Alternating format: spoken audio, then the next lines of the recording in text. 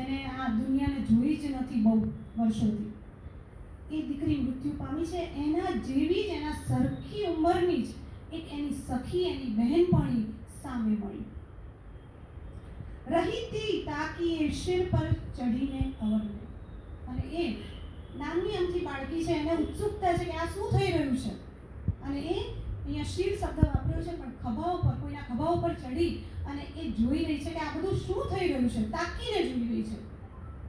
આગળની પંક્તિમાં કવિ કહે છે, સુઈ રહેવાની આ રમત તુજ દેખી અવનવી. અને એ બાળકીને આશ્ચર્ય થાય છે, એની બહેનપણીને, કે આ શું થઈ રહ્યું છે. મારી બહેનપણી એવી કેવી રમત રમી રહી છે કે એ ઊંઘી છે અને 4 જણ એને ઉપાડીને જઈ રહ્યા છે. એને ખૂબ જ આશ્ચર્ય છે. પણ ત્યાં આગળ શું થયું?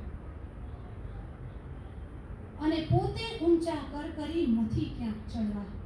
અને હાથ ઊંચા કરીને પોતે ચડવાની કોશિશ કરે છે, પ્રયત્ન કરે છે ઊંચે ચડીને જોવા કે આ શું થઈ રહ્યું છે.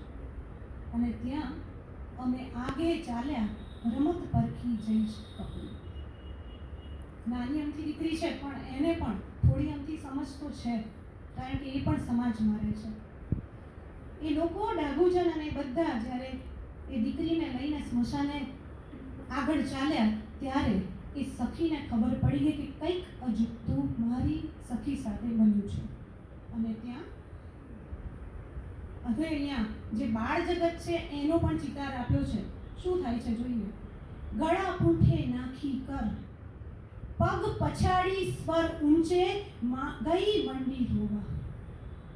અને એ નાની અમથી દીકરી પોતાની સખી એ મૃત્યુ પામી છે એ જોઈ સમજી અને પોતાના હાથ ગળે નાખી અને મોટેથી અને પગ પછાડી અને ઊંચા સ્વરે ધ્રુસકે ને ધ્રુસકે રડવા માંડી, જાણે કે એની આખી દુનિયા જ છીનવાઈ ગઈ હોય. તુજ મરણથી ખોટ વસવી. અને ખરેખર આખી દુનિયાની ખોટ ફક્ત આ દીકરીને, આ સખીને થઈ હોય તેવી રીતે ધ્રુસકે ને ધ્રુસકે ચોધાર આંસુએ રડવા લાગી. એકલીએ આખા જગતમહી એણે જ વર્તી. આખા જગતની ખોટ, કોઈને એનું દુઃખ નહોતું, પણ ફક્ત આ નિર્દોષ એવા બાળકને, એની સખીને, એ પેલી દીકરી મૃત્યુ પામી છે તેની ખોટ એને વર્તાય છે. અને છેલ્લે કવિ કહે છે, છેલ્લી જ પંક્તિ છે આ, પણ હું પહેલી પંક્તિ પહેલા તમને ફરીથી સંભળાવીશ, કારણ કે પહેલી અને છેલ્લી પંક્તિ એ તાદાત્મ્ય સાંભળે છે. પહેલી પંક્તિ હતી, તને નાની સીને કશું રડવું અને શું કકડવું. નાની અમથી દીકરી માટે, મૃત્યુ પામી છે એના માટે શું રડવું અને શું કકડવું. જ્યારે છેલ્લી પંક્તિમાં કવિ કહે છે, અને રોવું નહોતું, અને રોવું નહોતું, પણ મુજથી રોવાઈ જ ગયું.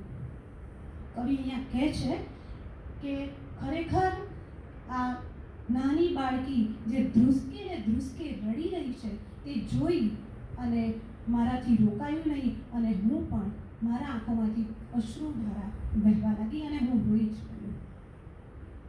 ખૂબ જ કરુણ, ખૂબ જ હૃદયગ્રાહક અને ભાવ વિભોર એવું કાવ્ય ઉમાશંકર જોશીએ સ્પષ્ટ એ સમયનો 1933નો દીકરી વિશેનો ખ્યાલ સ્પષ્ટ કર્યો છે.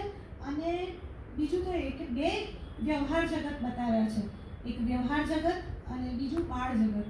વ્યવહાર જગતમાં વડમાં જેવા લોકો છે કે જે દોરો ચહેરો દર્શાવે છે, દંભ છે, જે સમાજને દેખાડવા માટે રડી રહ્યા છે. અને બીજી બાજુ બાળ જગત છે કે જે નિર્દોષ છે, સાહજિક છે. એટલે એ સુંદર રીતે, ખૂબ જ સરસ રીતે અહીંયા ઉમાશંકર જોશીએ વર્ણવ્યું છે. અને આ ઉપરાંત છેલ્લે એટલું ચોક્કસથી કહીશ કે આ જે બાળકીને સ્મશાને લઈ જતા એ સફર છે ને, એ ડુમાથી માંડીને ડુસકા સુધીનું છે, એમ કહીએ તો પણ ચાલે. અંતે એટલું ચોક્કસથી કહીશ, મને આશા છે કે આપ સૌને ગમ્યું હશે. અને અંતે એટલું ચોક્કસથી કહીશ કે આખરે આપણા સૌનું અંતિમ લક્ષ્ય તો ઘરથી કબર સુધીનું જ છે. એ વચ્ચે જીવન છે, અને એ જીવનમાં હસતા રહીએ, હસાવતા રહીએ, શીખતા રહીએ, શીખવતા રહીએ અને આપણા જીવનને સાર્થક કરીએ. જય હિન્દ, જય સરસ્વતી.